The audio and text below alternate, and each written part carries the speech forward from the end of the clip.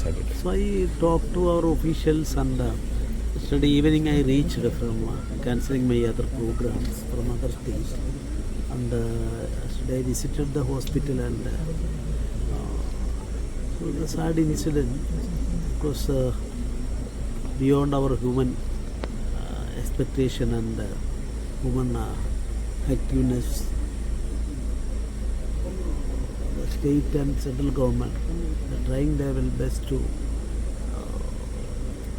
help them within our limits, and that activities are very well going on.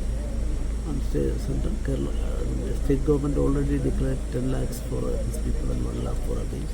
If at all something more is required also, we will do that.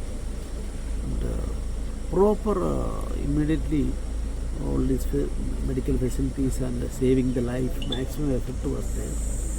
And other things, of course, under now an inquiry. I don't want to make any comments. The various types of comments are coming from the people. Natural, but we will do justice to them by extending all the help from our state government and central government, and if it is necessary, central also may think about it. So I will also send a report regarding all these things to Rashtrapati. Thank you, sir.